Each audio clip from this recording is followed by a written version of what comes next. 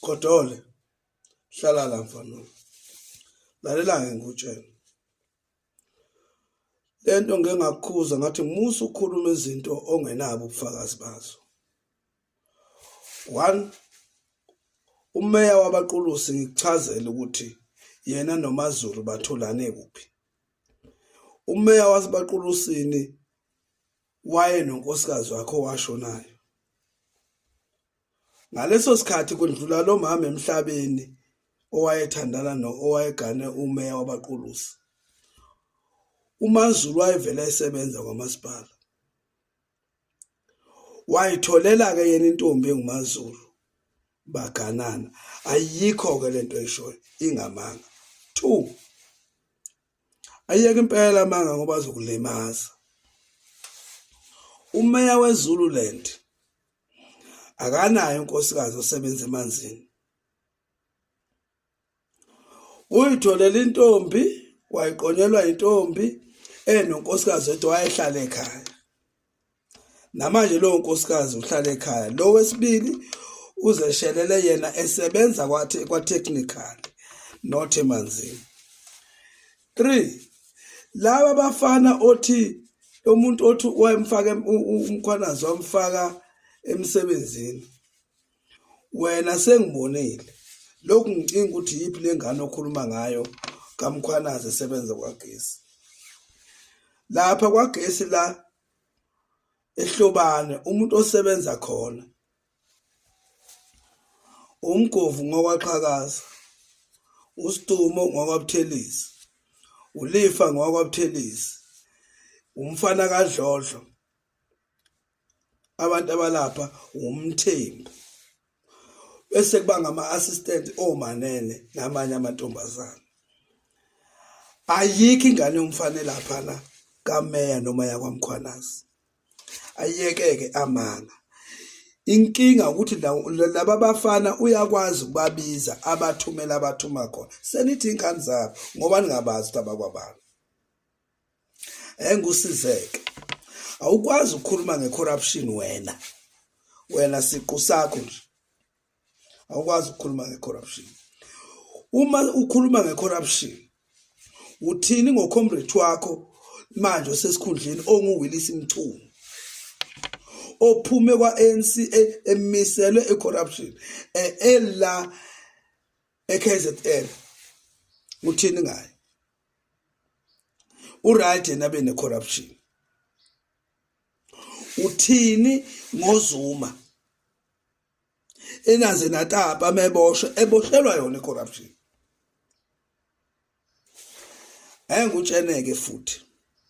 Ngoba wena Godole awulazi iqiniso. Ufukuzisa abantu. Yabona? Ufukuzisa nje abantu, uqamba amanga, ugila yonke imikhuba. Ngalesikhathi abantu sebehlupheka lapho uzobe ungekho. Uthi abantu abavotele ini? Bavotele i-duplicate ye-ANC. Bavotele isiqoqoqoqo se-ANC. Ngoba nakho usithandwa nguwe. Bavotele isiqoqoqoqo sakwaZuma ngoba nakho usithandwa nguwe. Kunini lapha bazokhuluma khona bakhuluma into abayifunayo ngoba la kwa-MK uma ukhuluma uyaxoshwa. Bangaka abantu sebeqoshiwe eParliament, bangaka abantu sebeqoshiwe kule nhlanganweni ngokuthi bayakhuluma nje. Kufanele bakhuluma into evuma uZuma kuphela, okuphikisana noZuma kuyakhishwa out. Musaka ukuthi ma uphisiwe njengoba kusani kangaka nje uphisiwe. Njengoba ukhuluma ngezinto uyabona lento le oyikhulumayo into eyenzeka izolo. Ukuthi uthula sizwe ubela izolo. Uthini ngithi wena? Bekufanele sithule singakhankasi noma befisa ukukhankasa abantu bangakhankasi angavunyelwa uthula sizwe ukuzala ngoba uthula sizwe uzodukisa abantu ekubeni uthula sizwe ezinkatha sisebenze enkatha. Uthini vele wena? kwenziwa yini ukuthi njalo nje wena uma ufuna ukukhuluma uvula umlomo ngenkatha? Iyekeni lento. Yini ninganaki ningakhankasi ninanibheka ukuthi nizokwenzana, nisebenza nikhulumela abantu ukuthi abantu nizobenzela ini. Musu uhlanganisa izinto engahlangani. Uwa-23 awuhlangani nedolobha. Uwa-23 akusiwo kufanele ukhiphe umeya. Kuzovotwa nina njengoba sizovotwa kuwa-23 yimi nami ngizobe ngivota ngoba indawo yami la, and le nkongolwane oqale ngayo kuyibala ngisakhamuzi buyo. Into uma kuwine i-ANC noma i-IFP noma i-MK, there's nothing to do with umgwaqo. Angikhathele manje ukuchaza leyo. There's nothing to do with umgwaqo onqamle edolobheni. Ngesikhathi wena kwa-ANC ungqongqoshe wezemgwaqo usipho Hlomuka. Angikaze nikhulume ngemgwaqo kuSipho Hlomuka. Namhlanje ngoba nifuna ukuthi inkatha izwe ngane ishayelwe yini isiginci while ningayivoteli. Yabona? So kufanele sidanse manje siyeke konke esikwenza siyonaka imigwaqo.